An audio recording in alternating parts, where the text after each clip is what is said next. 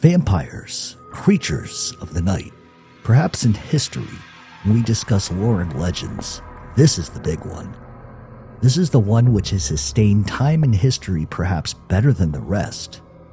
Every culture in the world has their own versions of the vampire, and it seems to have exploded during the Middle Ages. While the look and the mechanics of the vampire has changed dramatically over the last 500 or so years, there are elements which remain the same. Tonight on the podcast, we will be dissecting everything vampiric, from legend to lore to real-life cases. Remember one thing, everything that is lore has a bit of truth to it. So how much truth is there? Grab your garlic, grab your crucifixes and holy water, and keep your doors locked, and let's enter the world of Dracula and vampires.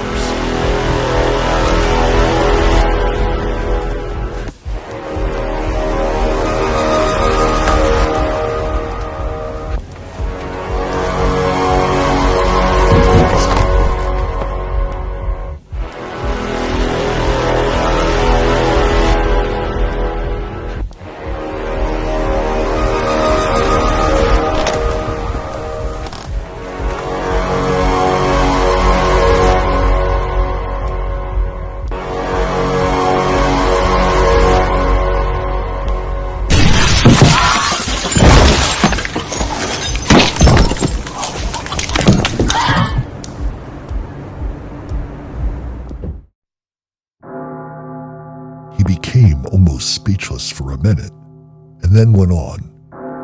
Do you know what this place is? Have you seen that awful den of hellish infamy with the very moonlight alive with grisly shapes, and every speck of dust that whirls in the wind devouring a monster in embryo? Have you felt the vampire's lips upon your throat?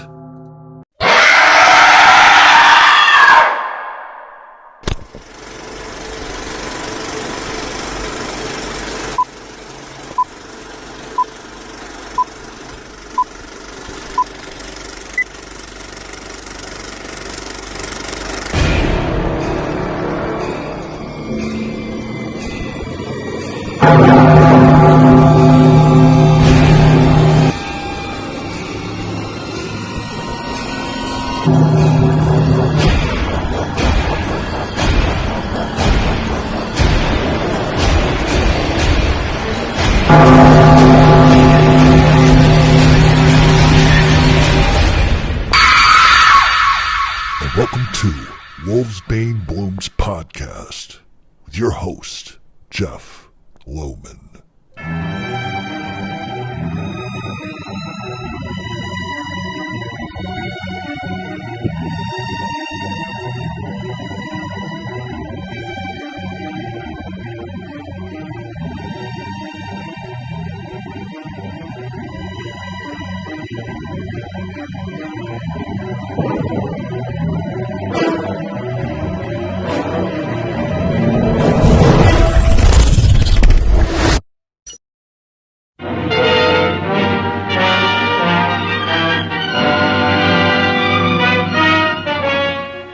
I am Dracula.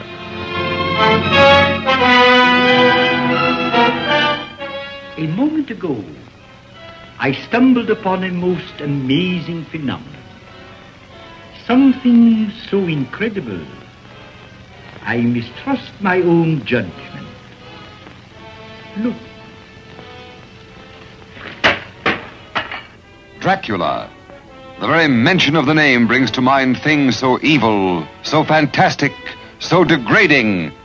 You wonder if it isn't all a dream, a nightmare. Rats. Thousands. Millions of them. But no, this is no dream. This is Dracula, the original terrifying story of a maniac and a man who lived after death, lived on human blood, took the form of a vampire bat, and lured innocent girls to a fate truly worse than death. Dracula? Oh, what's he done to you, dearie? Tell me. He came to me. He opened a vein in his arm, and he made me drink.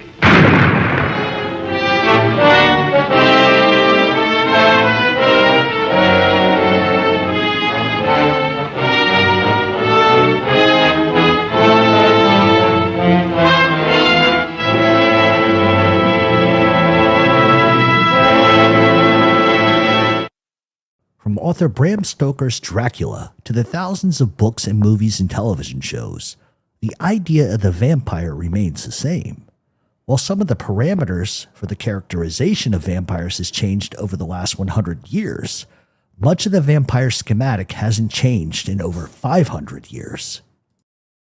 Everything stems historically from actual events, which seems to propel these legends into the mainstream. The idea of vampires really begins to become mainstream during the Middle Ages, especially during the plague. In the same days when strange or odd women were called witches, burned or ducked, many mental illnesses or oddities were often referred to as vampirism. With fears mounting over the plague and millions dead and entire towns abandoned and burned to the ground, the legend of the vampire begins to take root. Perhaps during the plague, those who somehow survived were looked at as vampires because they somehow survived when the entire town perished. Perhaps porphyria, which is a blood disorder that causes blisters to form on the skin when exposed to sunlight, was another marker, especially by those who got this disease in plague-infested towns. The symptoms of porphyria are actually relieved by ingesting blood, which may have its root in history as to why people drank and bathed in blood. It was believed to have medicinal purposes, but there were also those of history who did it for entirely demonic other reasons. War, disease, and famine were on the menu, and it becomes the rise of the vampire.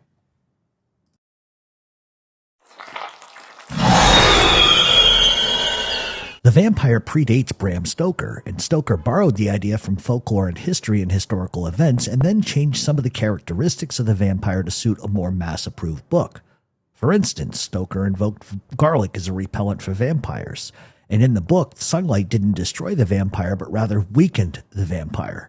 The staking of vampires came more from actual events and how towns dealt with those they felt had become vampires rather than some obscure idea. For instance, thousands of graves have been found and unearthed, and much to archaeologists' shock, they have found bones with stones in their mouth and legs and arms tied together and a dagger in the center of where the heart was. It was believed for thousands of years that if some sort of bad juju befell a family, there was blame to go around, and more often than not, someone who had died in the family prior was assumed to be a vampire. The process for identifying a vampire was basically digging up a corpse and seeing the condition of the body. If the body was unscathed and pure, the family would cut out the heart and burn it in an effort to stop the person from continuing to be a vampire. In Exeter, Rhode Island, Mercy Brown is probably as famous as Dracula himself. Mercy Brown lived near Exeter Island in Rhode Island and was married to George Brown. Mercy would die of tuberculosis in the 1800s, and shortly after, George's other family members began to die, and others in the town as well. The townspeople and George began to blame Mercy Brown for the deaths. In those days and prior, it was easy to make the undead the reason for many odd deaths in any town, scapegoating at its best. Bodies would be exhumed to search for signs of vampirism. Mercy would be exhumed and displayed no signs of any decay, and the townspeople who surrounded the exhumed coffin accused her of being a vampire and making the town sick. They would end up cutting her heart out, burning it, and fed the ashes to her brother who had become sick. Shortly after he ingested her ashes, he died. Science, however, easily explained the lack of decay. Mercy was buried in a crypt during a brutally cold winter in New England. It's a deep-rooted story in fear-mongering and old superstitions, but it's not the only story like that.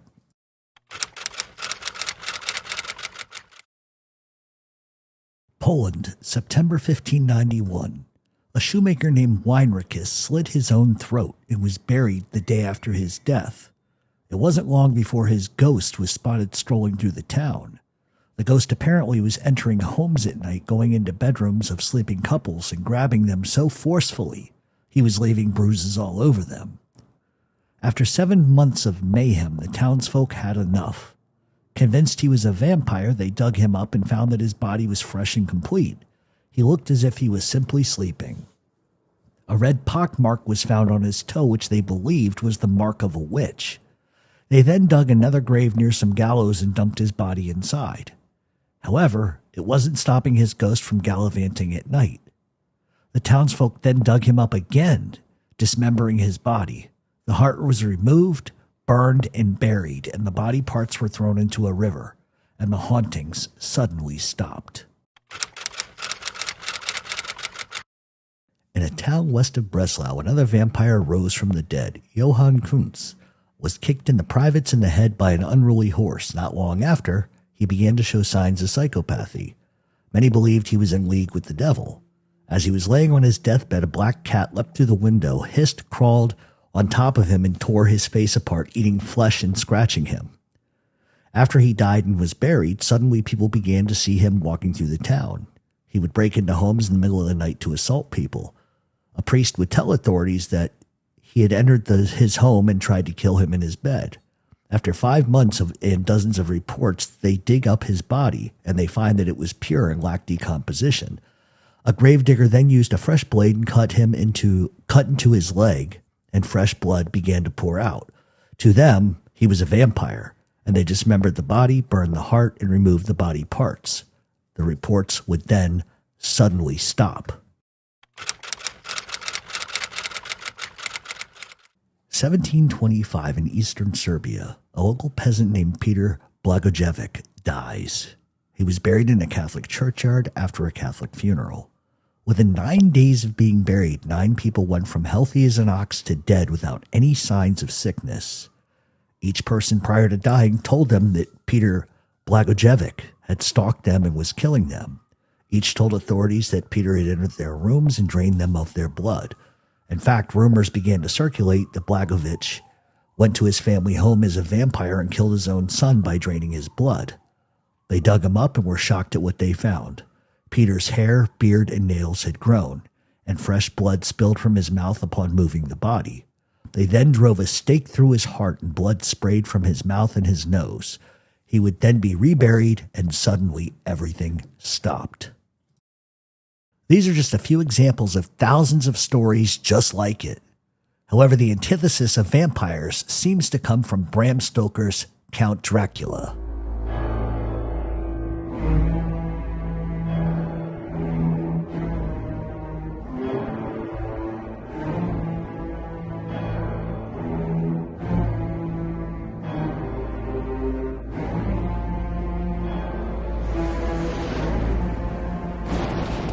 Year 1462. Constantinople had fallen. Muslim Turks swept into Europe with a vast superior force, striking at Romania, threatening all of Christendom. From Transylvania arose a Romanian knight of the Sacred Order of the Dragon, known as Dracula.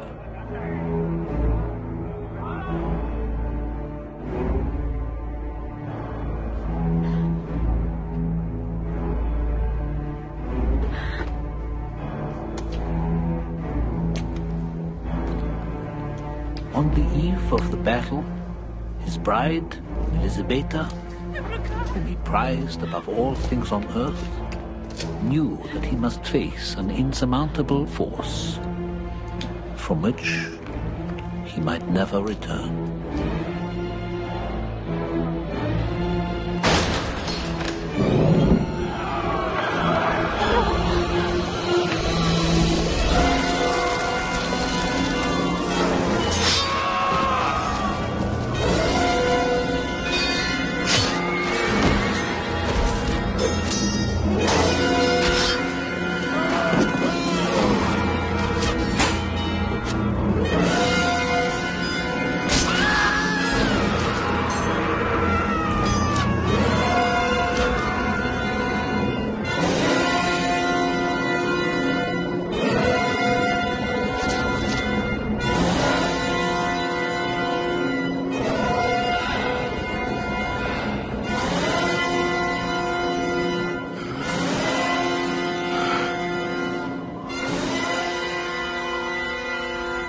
Domnul fie laudat.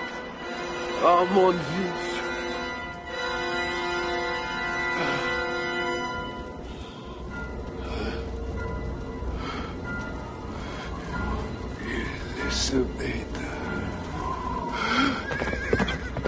Vengeful Turks shot an arrow into the castle, carrying false news of Dracula's death. Elisabetta, believing him dead, flung herself into the river.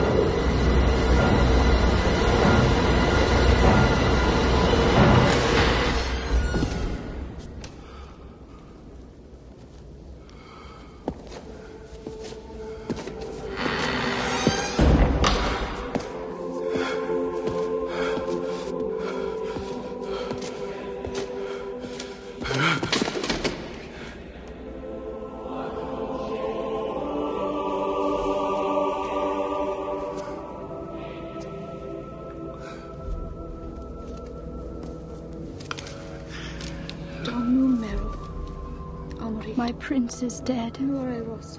All is lost without him. May God unite us in heaven.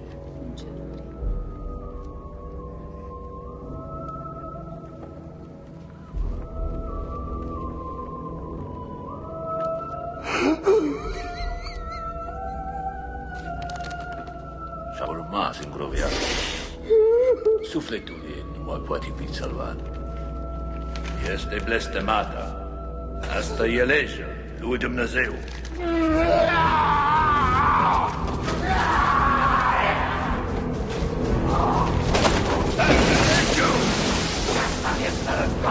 Pentru apărarea bisericii. Lege nu doar ce face de cel pe tine ca să vedeți.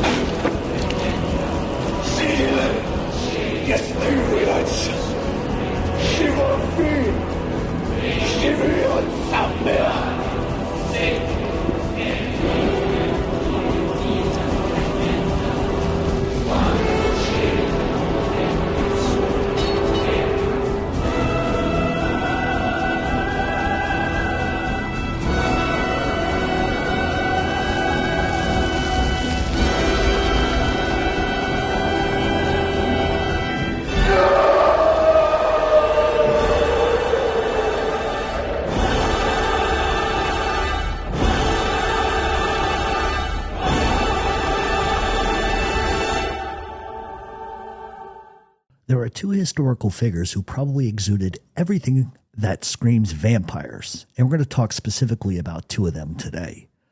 Countess Elizabeth Bathory of Esed, 1560 to 1614, was a Hungarian noblewoman from the powerhouse Bathory family. She is infamous for what she did. From 1519 to 1610, she slaughtered hundreds of girls and women.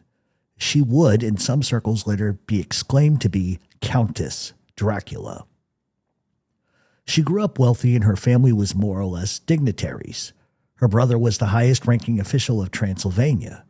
The Bathory family, or the House of Bathory, was the most powerful noble family of Hungary dispersed from the Gukaled clan. Their immense power took place in the late Middle Ages and held massive power and influence in Central Europe. They had political posts, military posts, administrative posts, and clerical posts in the Kingdom of Hungary. The family produced many princes in Transylvania, a king in Poland, and a Grand Duke of Lithuania. Countess Bathory grew up in Esed Castle and was raised with wealth, vast education, and social rank. By many accounts, she was very powerful and had an arranged marriage to Count Ferenc Nadasti of the Nadasti family. For 21 years, they were married until Nadasti died at age 48 in 1604. It's after his death that the Countess becomes what many consider a vampire of sorts. Between 1602 and 1604, rumors began to spread that hundreds of women and girls had gone missing. The rumors also speculated that the Countess was behind the disappearances. These rumors became allegations, and eventually the authorities would step in and begin to investigate. Perhaps what kicked it all off was reports from the nearby monks who lived just adjacent from the Nasty Palace in Vienna. Monks would report hearing inhuman screams coming from the castle and blood running down the hill from the castle's drains. They had heard that the Countess was washing herself in blood and killing to keep herself young. Rumors claimed that Bathory was having peasant girls kidnapped off the streets to torture, mutilate, and more specifically drained of their blood so the Countess could bathe in it. And what authorities would find out later, the Countess had a makeshift cage in her castle where she would keep peasant girls and a mechanical razor-sharp blades which would cut the girls to ribbons while the Countess stood underneath drinking and bathing in their blood. While Bathory was bloodletting dozens of times a week, she believed that the bloodletting was no longer working, so she moved into the kidnapping and butchering of virgin girls from a higher class of society. It wasn't until the Countess began to kidnap the higher class of girls that the authorities began to take notice. In those days, nobody cared about the peasants, but taking a social class of women started a massive backlash. Dozens upon dozens of bodies had begun to be displaced all over the countryside, and the sheer amount of burials coming from the castle spurred even more concerns. Eventually, the authorities would act. In 1610, the investigation into her crimes began. By October of that year, they had gathered 52 witnesses, and by 1611, that had ballooned to over 300. She had been at it for years, but as we said, because she began to pick off a higher noble class, that's when it became a problem.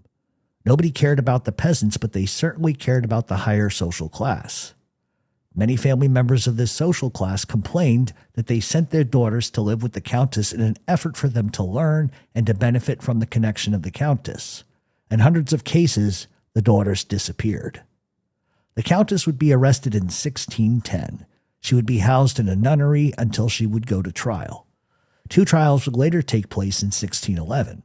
13 people would go on to testify against her, in addition to 4 of her servants.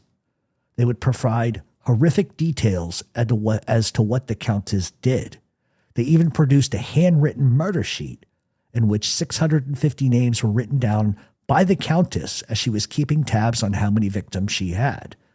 Because the Countess had a big social standing, the authorities never really went after her, but rather her accomplices. See, in those days, and even in today, money buys a lot, and her wealth helped her escape a horrible death. Her accomplices, however, they were brutalized. 2 female accomplices had their fingers chopped off by an executioner.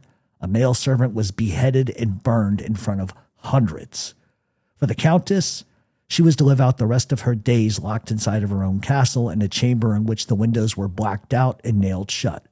A small food hatch was installed, similar to what we see in prison, and that was the only communication she had until her death in 1614.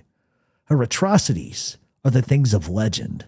However, there was someone much more sinister, and that man was named Vlad Tepes.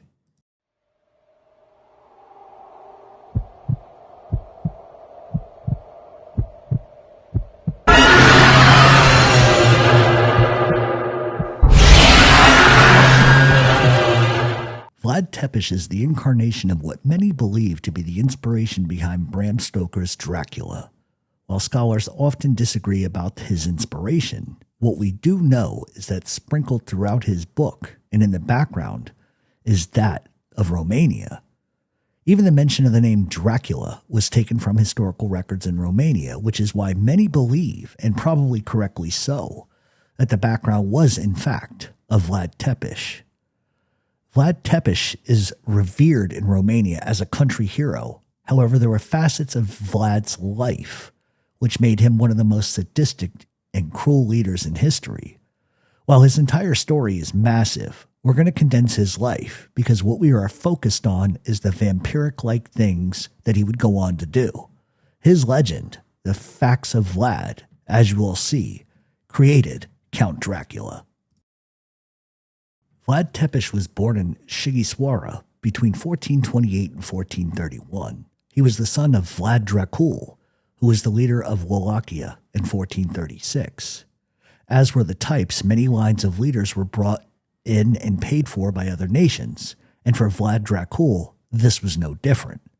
Vlad Dracula was in a tough position. he had gained power through Hungarian help to ascend the throne, but the uprising of peasants and Hungarians would force Vlad Dracula to make concessions and ask for help from the Ottomans, specifically Murad II. What Vlad was doing was playing both sides of the coin, and then secretly backed John Hunyadi, who was a Hungarian military official who wanted Vlad to join the cause and eradicate the Ottomans out of the area. Vlad backed them. Hunyadi would go on to win against the Ottomans in 1442, but Murad II was irate. He had trusted Vlad Dracula, and Vlad had stabbed him in the back. Shortly after, John Hunyadi becomes the most powerful high-ranking official in Transylvania. The Ottomans would accuse Vlad Dracula of treachery, and he was summoned to Edirne to show his loyalty to the Ottomans, specifically Murad II. But he would leave his son Mircea in charge and left to answer for his actions. When Vlad arrived, they arrested him and held him as a hostage for several months. Eventually, they would release Vlad, but not before he promised never to back the enemies of the Ottomans again and demanded a tribute, which was an annual tribute of 500 boys to serve as janissaries in the Sultan's armies. As well, the Sultan requested that his two sons, Vlad and Radu, be held and trained by the Ottomans. Vlad would waffle back and forth the next few years, joining John Hunyadi again, then backing the Ottomans, and eventually Hunyadi would install Vlad's cousin to the Wallachian throne, which is more of a front king than anything, and John Hunyadi had enough of the treachery, and they ended up killing Vlad in the marshes of Baltani. On the back end of all of this, Vlad Dracula, his son, had been raised and trained by the Ottomans. He was proficient in languages and sword fighting and about everything you can imagine. Even while he essentially was held captive of the Ottomans, they trained him in ways he never would have gotten back in Wallachia. The Ottomans and Mehmed II, the new sultan, wanted somebody placed in Wallachia who they could trust. Wallachia was the central point between the Ottomans and the Hungarians and sort of a buffer zone, and the Ottomans wanted John Hunyadi out. They believed that Vlad, who practically had become an Ottoman himself, could be trusted to absorb the throne. And because Hunyadi was Hungarian, they wanted him gone. They wanted somebody neutral who they thought they could trust. They would release Vlad and his brother Radu just as war was beginning between John Hunyadi and the Ottomans. Vlad quickly moved to absorb the throne and was able to achieve it only briefly because Hunyadi was quick to come back and fight. Eventually, Hunyadi changes his mind and believes that Vlad can be helpful because of his background growing up with the Ottomans, and he offers Vlad a position as an advisor, but Vlad would refuse. Vlad had his own desires. Hunyadi would go on to go into war in Serbia, and Vlad waited and took his army through the forests of Transylvania and killed everything in sight, including his own cousin, the false king Vladislav II. Vlad then would take over the throne. It's what the Ottomans wanted. However, they didn't realize that they were dealing with someone who loathed Muslims, someone who hated the Ottomans. Vlad had given his honor and protected Christianity to Rome and swore he would eradicate all of the Muslims. His first few weeks on the throne, he slaughtered thousands of his own people, and that included women and children and men. While Vlad would become the leader of Wallachia and the one they needed most. But what he did on a human scale of murder hasn't been seen since. Vlad became a monster, and it's those monstrous acts we're going to focus on. Almost immediately, Vlad wants control of his people. His moral stance was in tune with Christian and Catholic faith. He loathed loose women, cheating spouses, lazy people, and would execute them publicly, for example of what not to do or what not to be. He also loathed liars, and would literally dress up as a Turk and go into villages knocking on doors, getting the opinions of those who lived there about himself and the state of the country. If they told the truth, he very seldomly reacted. However, if they lied, he would impale them in their own homes. In one instance, Vlad was walking through the town, and he came upon a peasant who was working. His clothes were torn and tattered. He ordered his men to bring the peasant to his castle. In the castle, he asked the man if he was married. The man explained that he was. Vlad questioned why he was wearing such tattered clothes and explained that he didn't have much, but what he did have, he was grateful for. He also told Vlad that his wife stayed at home while he worked, and she was an honest woman. Vlad smirked and told the man his wife was too idle and that he should expect better clothes from her considering she had no job, and he ordered her to be impaled immediately, which he did. He then brought the peasant a new wife, but before introducing the new wife to the peasant, he took her to where the previous wife was impaled in a field and explained to her the consequences of not taking care of her husband. And believe me, she got the point, and she worked till her fingers bled to ensure that her husband never wanted for anything. Vlad had no time for beggars. Targovishte had been overrun by beggars and thieves, and Vlad had a surefire way to handle the problem. He threw them a vast, rich party. His staff handed out new clothes and marched them into a vast dining hall where every imaginable food item was waiting for the starving mass of people. He gave them expensive wine, and for hours and hours and hours they gorged. The majority of the mass became drunk and almost incoherent. Soon after, fire and smoke began to filter around them in all corners. They were surrounded by it. As many woke up, they began to run around attempting to escape from the dining hall. They tried in vain to push the doors open, but they were padlocked from the outside. They were all burned alive, and not a single soul lived. Vlad was not relegated to such simple murder either. He would boil people alive, skin them alive, feed them to wild animals, and use medieval torture, pull out eyeballs, and would eat flesh and drink blood. In many instances, he would dine with a dozen or so more bodies impaled in front of him. In another case, Vlad's mistress claimed she was pregnant. Vlad suspected that she was lying. He had doctors check her over, and they explained that she was not pregnant.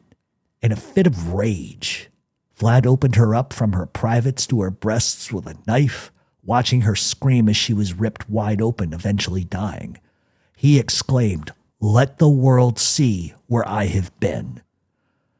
There have been so many atrocities that Vlad Tepes has committed, but they are too vast to mention here. But as we said, Vlad was a hero to the Romanian people and still is, despite those atrocities.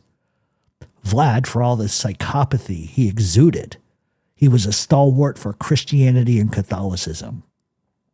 He got his marching orders from Rome and was glad to defend Christianity against the Muslims. This is why he is looked at as a national hero.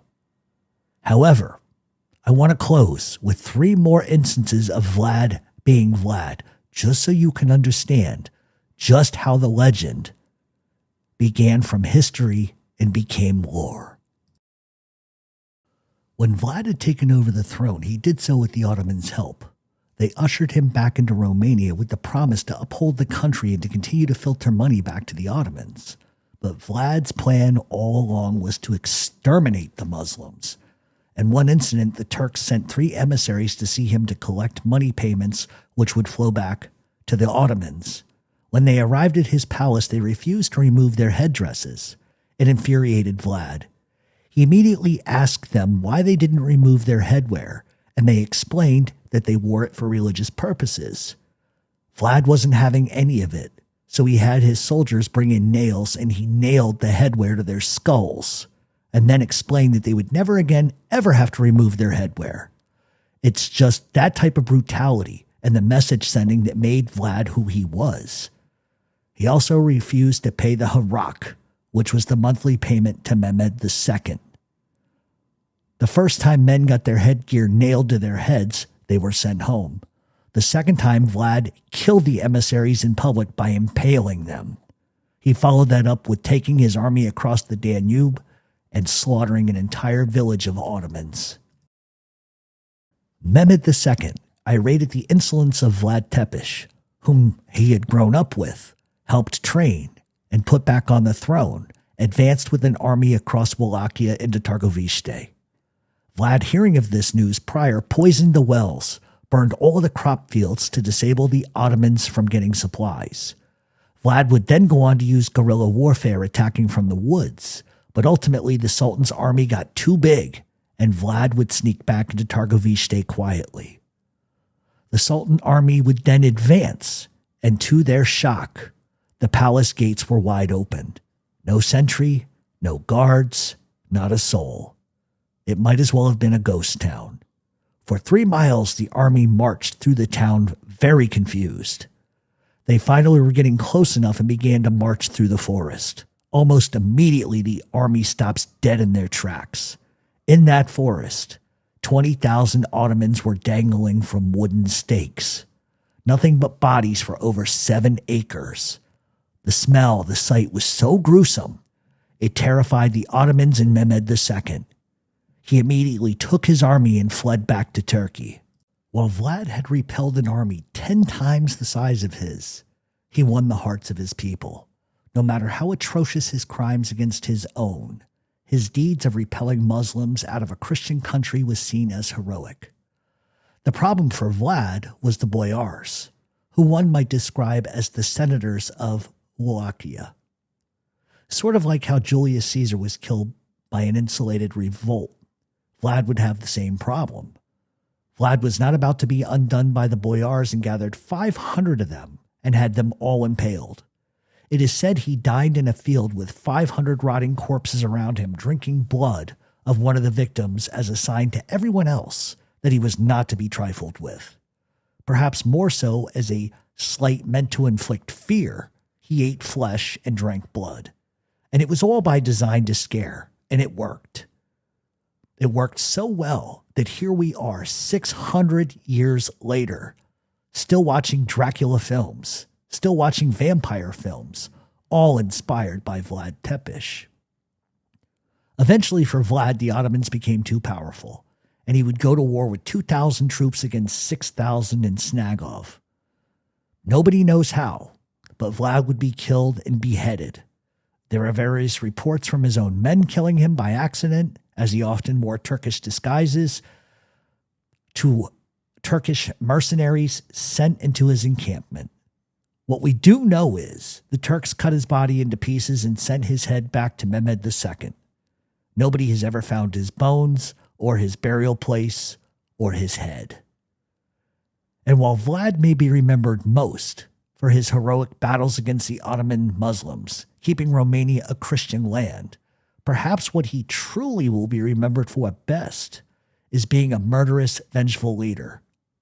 After all, 600 years later, we still see Vlad everywhere.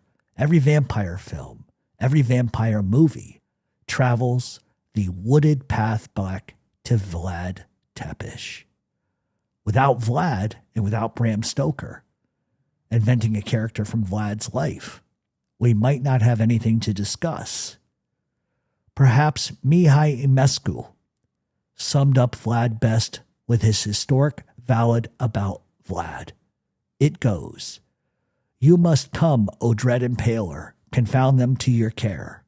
Split them into 2 partitions, hear the fools, the rascals there. Shove them into 2 enclosures from the broad daylight annihilum. Then set fire to the prison and the lunatic asylum." Join us next week for part 2 of Dracula Lore, Legend, and History as we discuss the films of Dracula.